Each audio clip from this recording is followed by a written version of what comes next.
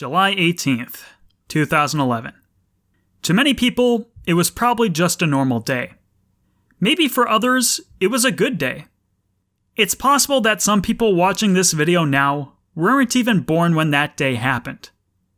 But if you were a fan of MegaMan Legends during that time, this date was the darkest in series history. For those who weren't, that's when our hope was shattered. MegaMan Legends wasn't a very successful endeavor for Capcom, but it's one they admirably stuck by.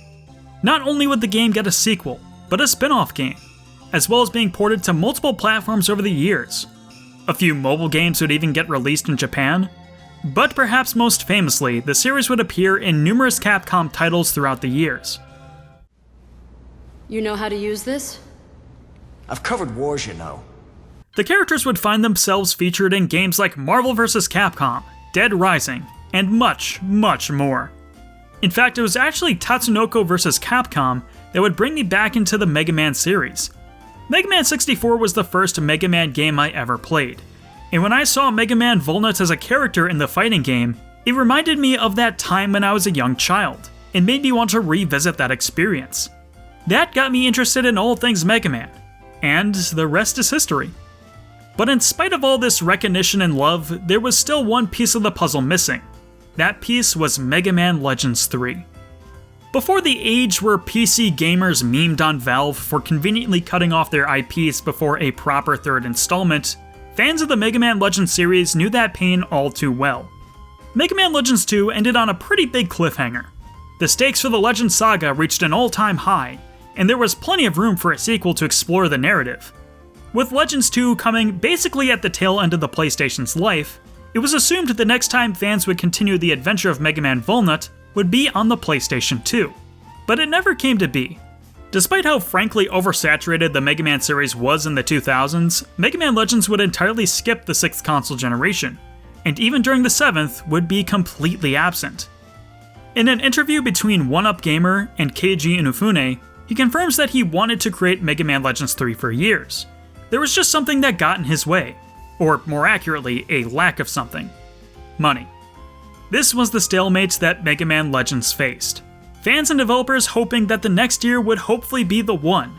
Before we knew it, a whole decade had passed. But our prayers seem to have finally been answered. September 29th, 2010, Keiji Inufune announced that Mega Man Legends 3 was in development for the Nintendo 3DS. Fans rejoiced, as did I. Many of us saw ourselves setting pre-orders for the upcoming handheld so we could play it as soon as it launched. We were willing to do anything to get to play this game. And as it turned out, there was in fact something more we could do. Those on the development staff wanted the passionate followers of Mega Man Legends to participate on the Capcom Unity forums. In the specially labeled Devroom, developers and fans could interact directly, get feedback on new additions, have fans submit their own ideas for the game, even get community designs featured in the final product. When someone joined the dev room on the forums, they were also given a unique servbot number to show the growth of the community. And way back in 2010, yours truly was a servbot among the ranks. Number 960 reporting for duty, a loyal servbot in the dedicated service of Miss Tron. Now that the Capcom Unity forums are shut down, it's just a meaningless number. But I was so proud to be a servbot. I wasn't artistically gifted enough to contribute anything meaningful myself, but I would stop in the dev room nearly every day just to chat with the Legends community that had been established there. We also got to vote on the final designs for Mega Man Volnut and Arrow, a new character for Legends 3, and maybe Mega Man's future wife. Hey, with this series, she very well could have been. I voted for the B-type armor for Mega Man, which ended up winning. He was different enough from the old armor to feel fresh, but not so radically different that it was off-putting. Unfortunately, I really can't remember which of the new heroine designs I voted on. I'm pretty sure it was this one with the metal-like safety helmet. Either way, I didn't vote on the one that would actually be the winner, but I couldn't be mad. This design was definitely the most striking and unique. Fun fact about Arrow, actually.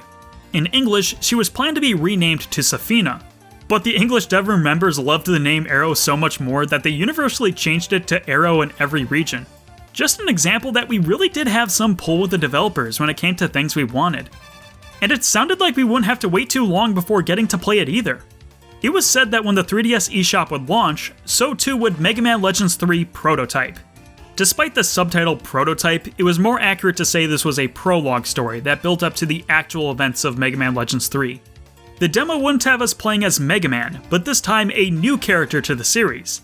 The unbreakable, unshakable Barrett! We didn't know much about him, but there was very much the vibe he was going to be the Proto-Man of the Legends universe. The trailers released for the game looked pretty solid too. The controls seemed overall smoother than the games that came before. Barrett even had melee attacks to perform in close combat, including a cool flaming dive kick as one of his special weapons. There were different missions to play, a couple different boss fights. Barrett even had a flying motorbike to quickly traverse the island. It looked incredible for an early 3DS game. Fans of the series were overjoyed and ready to see how the adventures of Mega Man Volnut would continue. That is until the dark day. The cancellation of Mega Man Legends 3 was announced on July 18th, 2011, not even a year since the game was originally announced. There were a few red flags that pointed to this cancellation seeming inevitable. For starters, the game was announced just as the team started development for the game. It wasn't even greenlit for full production after the announcement. Any advertising for the game was also suddenly removed from Capcom's website one day. But I stuck out hope. I had to. I was just so focused on my desire to see this game come to life, I could never dare to think it wouldn't make it. But when I saw a thumbnail that announced a recent development for Legends 3, I knew immediately what the news was about. I was angry. At that moment, I refused to play any Capcom games. I swore an oath to never spend money on any of their games until they restarted development on Legends 3. Needless to say, I broke that promise in the following years. But at that time, it was hard to stay civil and supportive. If you were, then you're certainly a better man than I. Some might say even better than Capcom themselves. A poorly worded tweet from Capcom UK seemed to imply that it was the fans' fault for not supporting the Devroom enough. This tweet was probably written by a frustrated intern that was sick of getting bombarded with questions. But this actually hit me harder than I cared to admit. In the weeks leading up to the cancellation, I wasn't as active on the forums as I used to be. Was it somehow my fault for not being in the Devroom when the team needed my support the most? Later, people who were actually involved in the development of Legends 3 came out and said that fan involvement played no impact on the cancellation of Legends 3. But it is still something that the reputation of Capcom hasn't been able to shake regarding Legends 3 discussion. To this day, we never got a specific answer from Capcom themselves explaining why the game was cancelled. Other than the vague description that it had not met company criteria for full-scale development, it's a mystery to us still. Truth be told, I don't think the final game being canned came as that much of a surprise. The most baffling thing about the whole situation is what compelled Capcom to not release the prototype. Even before the launch of the 3DS eShop, the developers said that interest in the prototype was going to be a deciding factor in whether or not the final game would see full development. Yet Capcom still scrapped the whole thing and went back on that initial promise. Some speculated that the demo sucked and would have hurt Legends 3 more than help, but all evidence points to the contrary. It seemed like a finished product, aside from maybe a few bugs that weren't apparent viewing through streams. Chris Hoffman was the only known journalist to have played Mega Man Legends 3 Prototype. In the June 2011 issue of Nintendo Power, Mega Man Legends 3 Prototype was one of the premier stories of the magazine. They talked about how this was a quality build and that fans should look forward to playing it. Man, it hurts to read this now. Who would have thought when they were reading this article that they were only weeks away from hearing the announcement that Mega Man Legends 3 was cancelled? Games Radar held an interview with Hoffman to bring a little more closure and try to squeeze out any details for what the prototype might have been like. He goes on to comment that based on the build he played, he would have estimated the final game would get somewhere between a 7 or 8 on the Nintendo Power review scale. But taking into account the amount of improvements that had yet to be made, or fans giving honest feedback on what worked and didn't, it could have risen to be one of the 3DS's best games. Here's my speculation as to why Legends 3 Prototype never happened. I don't think Capcom wanted to commit to the development of the full game. The development process to get the prototype build completed was frankly a mess, and maybe Capcom knew something we didn't in regards to how the full game would be made. Perhaps they were worried that the demo's release would put pressure on them to develop Legends 3 proper, which looked to potentially be a loss for the company. It was probably in their better interest to kill the budding weed before it became a nuisance. Sure, the prototype was meant to gauge interest, but what if the numbers came back and Capcom wasn't satisfied with the data and feedback? What do you do with a product that's mere existence suggests a full game will come later? The best thing they could do is delist it. But then how much negative PR would that result in? Think about how much people fight and bleed for titles that get delisted. Think about the outrage Konami caused by trying to actively wipe away PT from history. Perhaps MegaMan Legends 3 would have that notoriety instead if so much as a morsel of content available was taken away from any potential fans. Perhaps it was best for Capcom to not have to deal with that mess at all. Now, I don't know if that's the actual logic behind Capcom's board of directors in 2011, but that's the explanation that at least makes the most sense to me.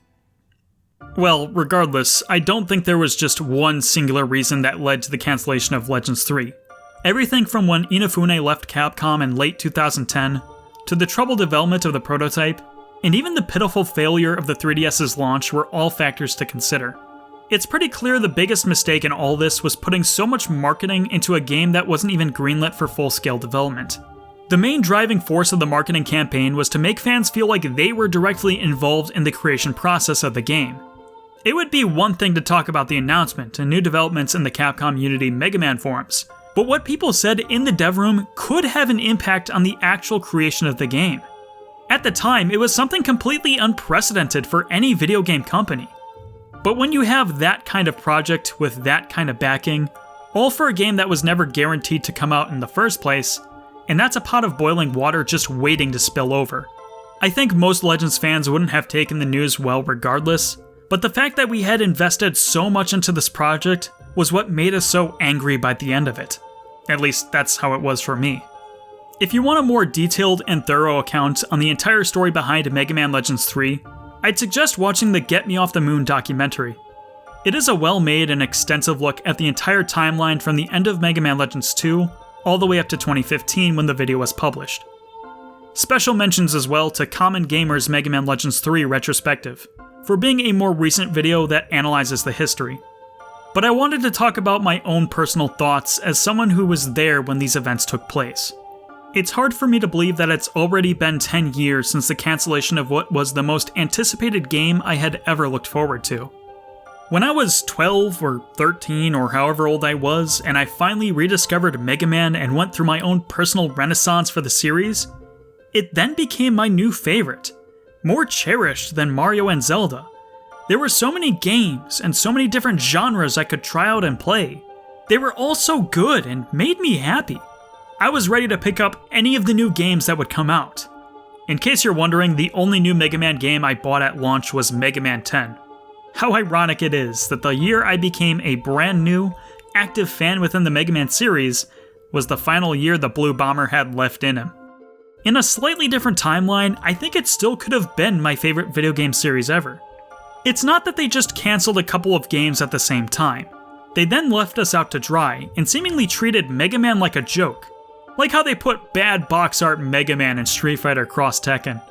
In retrospect, it's pretty funny, but it's important to remember the context of the situation. The last Mega Man game at this time was Mega Man Crossover, and the less we say about that, the better. That was all the acknowledgement he got in the years following the cancellation of those previously mentioned games. The best treatment Mega Man got was when he was included in Super Smash Bros. Not only did they painstakingly recreate him in the best look he ever had, but they included all 5 incarnations of the character in his final Smash. Mega Man Walnut in HD. Hell, all 5 incarnations of Mega Man in HD. And Capcom wasn't even the one to do it first. Tron Bonne got back into Marvel vs. Capcom 3, as well as Zero, but no proper Mega Man iteration to be found. I hated that Mega Man wasn't deemed important enough to develop new games for, but still conveniently found ways to bolster the value of other more profitable works, as if they wanted to remind us of what we would never be getting. Well, at least it all worked out eventually. The success of the Mega Man Legacy collections seemed to be enough proof to Capcom that there was demand for Mega Man to return. And in 2018, Mega Man 11. Oh my goodness. When I played the demo for myself, I cried. I couldn't believe that Mega Man was back. Sometimes I'm not entirely convinced that Mega Man 11 was actually a game I played. It all felt like an elaborate dream that went so perfectly. It was what we were missing for so long, and it was all we needed that whole time. Just a fun, new game where you tackle 8 robot masters in any order, try to figure out how to use all the new weapons, and die on the spikes just before getting to the boss.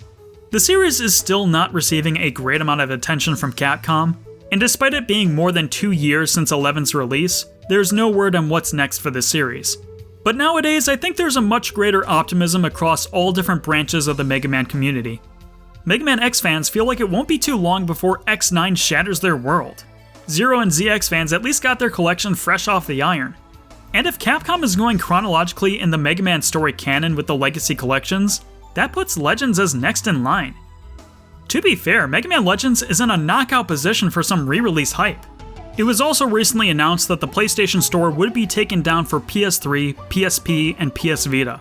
And while that decision has been reversed for now, eventually the games will disappear, leaving behind the one way to legally play them on somewhat modern hardware. Making a Legends Legacy collection is the perfect chance to reintroduce these games to a new audience that might not have had the chance to play them before. Hell, find a way to salvage the Legends 3 prototype, and now every existing fan of Legends will have to purchase that collection. The marketing almost writes itself for this one. Of all the different series that have made up Mega Man over the years, Mega Man Legends has always been my favorite. While I still hold other Mega Man games close to my heart, nothing has ever captured the charm and ingenuity of Legends. It's unquestionably the least derivative lineup of games the Blue Bomber ever had. It dared to take itself in forward-thinking directions. Despite there only being 3 games in the core series, it's so plain to see that Capcom put their all into making them. And I think that Mega Man Legends DNA found its way into a ton of future games. Have you ever thought about how similar Resident Evil 4 is to Mega Man Legends? Third-person adventure shooters, tank controls that are meticulously designed for, tons of collectible and upgradable weapons, trusty blonde sidekick? So what I'm saying is, if you like RE4, pay your dues. But I've been doing this dance long enough to acknowledge the possibility that Mega Man Legends could never come back. It's such a shame that nothing has since been able to scratch that same itch. Inafune went on to crowdfund a project called Red Ash, which was meant to be a spiritual successor to Legends. But considering how Mighty No. 9 turned out, it wasn't a desired product. And as of the making of this video, we have yet to hear any new developments for the game, if it even still exists. Even on the Capcom side, they've been upfront at acknowledging the demand for Mega Man Legends 3, but of course have not made any confirmations. Although you can tell that some sneaky designers are really trying. Look at this prop van and Blastman stage. There's no way that isn't the spotter car.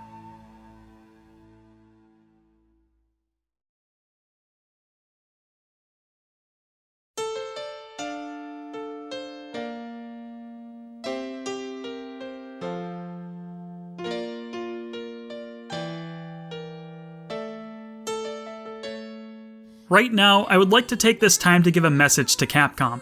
If you happen to be watching, I just want to let you know that I am still waiting. Many of us are, in fact. I know you've been busy with those Resident Evil games. Devil May Cry 5 was incredible. And I've sunk hundreds of hours into Monster Hunter World. But even still, my favorite thing your company did within the last 5 years is create Mega Man 11, which is my new favorite classic-style Mega Man. I also love that you've been compiling all the old games together and re-releasing them in convenient new formats to play. I'm sure the idea has been pitched around your office, but I would love to see Mega Man Legends get that same treatment. And hopefully, that may one day lead to getting that little blue boy off the moon, and given the chance to see another sun.